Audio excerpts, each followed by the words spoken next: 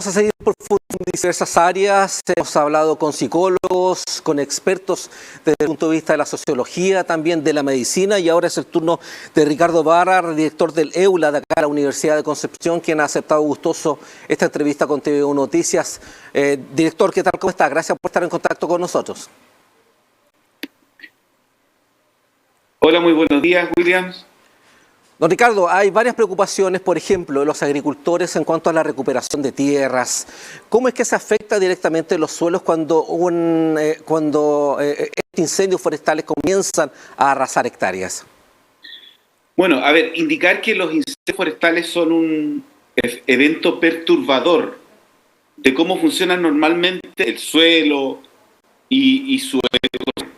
Entonces tenemos ahí una perturbación, pero también tenemos que recordar que el fuego, ¿no es cierto?, los agricultores en general lo han ido usando, ¿no? El fuego se utiliza para despejar áreas de cultivo, para incentivar la liberación de nutrientes del suelo, y de hecho las quemas agrícolas son una de las causas más importantes de los eventos que estamos observando en estos días, digamos. ¿Ya? Por un lado es una causa del problema, pero por otro lado también tiene consecuencias que son bastante negativas para el funcionamiento del suelo, porque en el largo plazo pierde fertilidad, ¿no? Pierde capacidad productiva, ¿no? Y se deteriora como fuente de alimentación, que es uno de los problemas más graves que trae, digamos, la quema de suelo productivo, ¿no? Tenemos entonces un problema, ¿no es cierto?, porque el suelo después del incendio queda desnudo, y recordemos que empieza el periodo de precipitaciones, que no han sido tan abundantes en los últimos años, pero que sin duda generan eventos, ¿no?, de problemas, digamos, de inundaciones.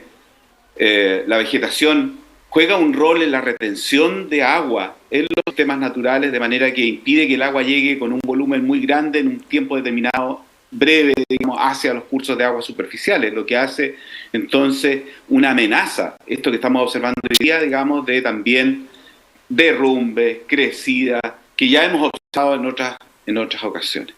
¿Qué pasa cuando los fuegos, doctor, qué pasa con los fuegos cuando arrasan, o más que arrasan, cuando llegan a zonas profundas de la tierra? Bueno, uno de los efectos más perturbadores del fuego es que todos los organismos vivos que hay en el suelo, que son innumerables, digamos, desde bacterias, hongos, lombrices, etcétera, sufren las consecuencias. Entonces tenemos ahí un problema de pérdida, digamos, de capacidad del suelo como ecosistema, de pérdida de biodiversidad, ¿ya? Y que finalmente permite que, una vez pasado el incendio y cuando el suelo se empieza a recuperar de este evento perturbador, ¿no?, las especies que son más resistentes a condiciones de alta temperatura son las que empiezan a emerger en forma más abundante. Y lamentablemente uno de los fenómenos que nosotros observamos en los procesos de recuperación post-incendio en Chile y en el Chile central, ya es que las especies que se ven favorecidas una vez que el incendio ha ocurrido, digamos, y que el suelo empieza a recuperar cierta capacidad, son aquellas especies invasoras y exóticas, ¿ya? Lo que trae otra consecuencia, digamos, posterior, que es más de largo plazo, ¿ya?, de pérdida de este gran valor que tenemos aquí en esta parte de Chile, que es el Chile mediterráneo, ¿no?, de biodiversidad. De manera que los impactos son bastante importantes y con costos, William, que son enormes. El incendio del 2017 nos costó, solo en el combate, 350 millones de dólares. Este incendio que teniendo hoy día probablemente va a costar una cifra superior, porque estamos desplegando mucho más recursos, ¿ya?, para esto. De manera que los costos son extremadamente altos para todos. ¿Ya? Para todos, en términos de vidas humanas, por supuesto, en términos de pérdida de recursos productivos, en términos, ¿no es cierto?, de pérdidas de ambiental, en términos de salud de las personas. Recordemos que todos estos días hemos estado respirando aire de mala calidad, ¿ya? Porque ese es otro fenómeno que se produce cuando hay estos incendios, ¿no es cierto?, el empeoramiento de la calidad del aire. Y esto se relaciona, William, permítame que me extienda un poco en esto también, con todos los esfuerzos que estamos haciendo para combatir el cambio climático. Fíjese usted que las emisiones de CO2, de gases de efecto invernadero, que se emitieron durante el mega incendio del 2017, fue el 90% de todo lo que se emitió el año 2016.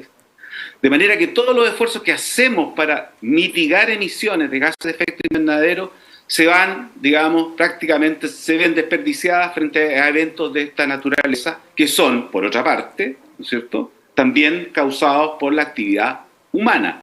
Hay accidentes, hay cuestiones, por supuesto, intencionales, hay una serie de eventos que nos llevan a producir este tipo de desastres que, ya lo hemos dicho desde la ciencia, se están aumentando en magnitud e intensidad.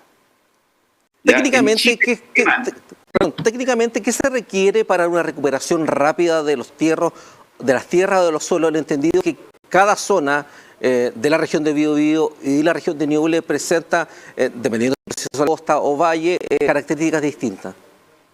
Bueno, yo creo que técnicamente lo que se requiere es generar un paisaje lo más diverso posible. Y esto ya lo venimos advirtiendo desde la ciencia desde hace muchos años.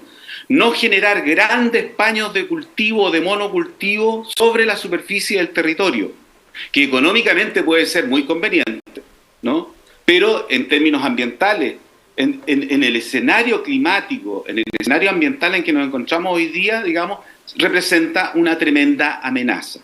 De manera que, fíjese usted que las zonas rurales en Chile, las zonas rurales representan más del 80% de la superficie del país y lamentablemente carecen de instrumentos de planificación, todos los instrumentos de planificación de cómo usamos este recurso, que es el suelo, etcétera, ¿no? El uso del suelo fundamentalmente, no está regulado. Lo que regulamos normalmente son las áreas urbanas, que es un porcentaje minoritario de la superficie del país, de manera que el cómo ordenamos este territorio rural y lo hacemos mucho más diverso, es fundamental para mitigar el impacto de eventos catastróficos como el que estamos viviendo estos días. Bien, Ricardo Barra, director del EULA de la Universidad de Concepción, gracias por tomar contacto con nosotros y entregarnos estos consejos, estas características que muchos desconocen y que ayudan bastante en plena emergencia. Gracias por tomar contacto con nosotros. Muchas gracias, William. Y un mensaje final. Tenemos que aprender de la experiencia. El 2017 pasamos por lo mismo, ¿no? Y lo que observamos de la recuperación del año 2017, ¿no es cierto?, es que lamentablemente volvimos a hacer lo mismo que hacíamos antes. Reemplazar esos paños de terreno cremados con lo mismo que teníamos antes de ese incendio, es decir, monocultivos agrícolas y forestales. De manera que yo creo que tenemos que hacer el esfuerzo como país, ¿no es cierto?, de establecer este diálogo para poder, de una vez por todas, ¿no es cierto?, tener una capacidad de prevención de este tipo de desastres y eventos naturales que son causados por nuestra propia responsabilidad. Gracias por este contacto, Ricardo Barra, muy amable, que tenga buen día.